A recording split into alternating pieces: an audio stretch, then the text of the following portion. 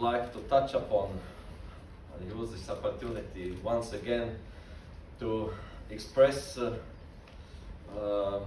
how to say, sadness about this file of European legislation. It has been a long way of the mobility package since the initiation till the adoption and implementation, and it has been quite a bumpy road actually. And it's very sad that we are creating the legislation in European Union that does not unite countries, but does not facilitate single market, does not create benefits for the member states and for the society, but rather opposite, creating protectionist measures that creates more bureaucracy, is more costly, and decreases competitiveness of the European Union vis-à-vis other regions of the world. And especially painful, of course, mobility packages for peripheral countries like Latvia. And as you know, we are quite dependent on the road transport.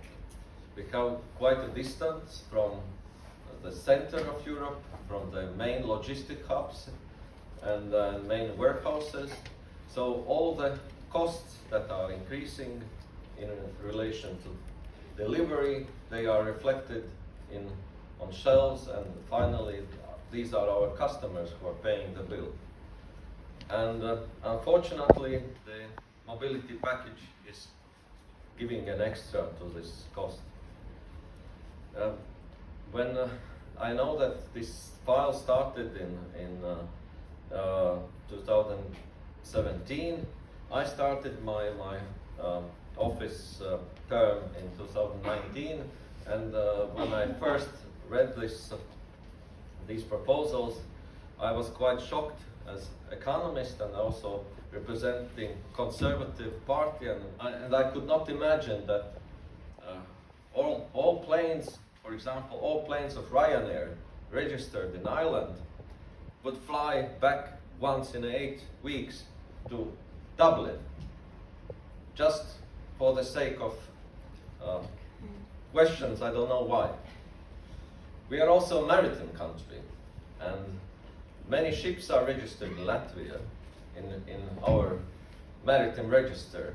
But I cannot imagine that the ships also, let's say once a year, all come back to Riga to check the quality of the ship or whatever. And therefore I don't understand why, and based on what ideas, on what principles such a proposal is being offered for road transport, and what benefit it creates for the society, for the companies that are operating in the road transport sector, and for the people. We see already the congestions on our roads in European Union, and we have to follow our climate objectives as well. And now we see more empty trucks on European roads. And I cannot explain to my population why in cities in Bauska, in Iecava, others that are located on 10T corridor via Baltica, why there are more trucks on the roads. And solution, and it's not shifting from road to rail, the goods, not at all. And the solution that is offered, you are not fighting with congestions, you just use alternative fuels, and that will decrease CO2 emissions. To my understanding, this is not correct solution, and sooner or later it has to be changed.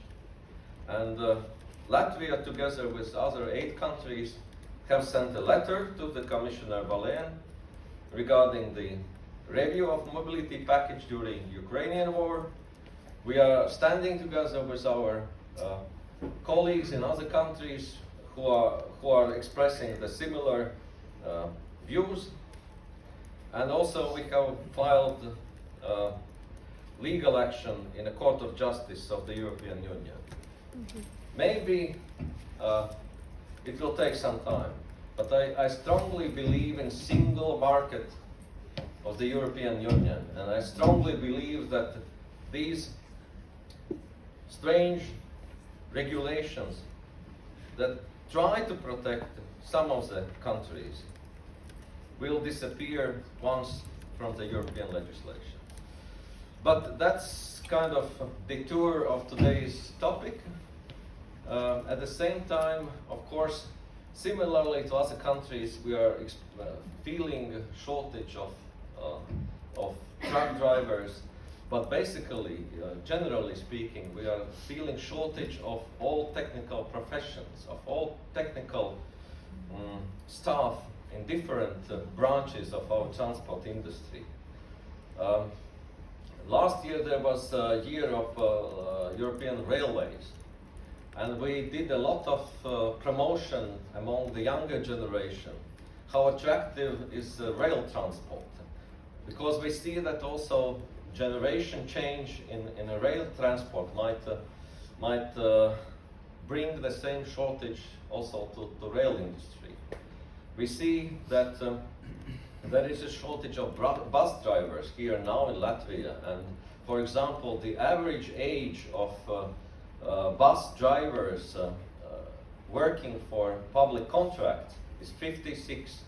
So average age is 56. Can you imagine what will happen in a few years' time when people will retire?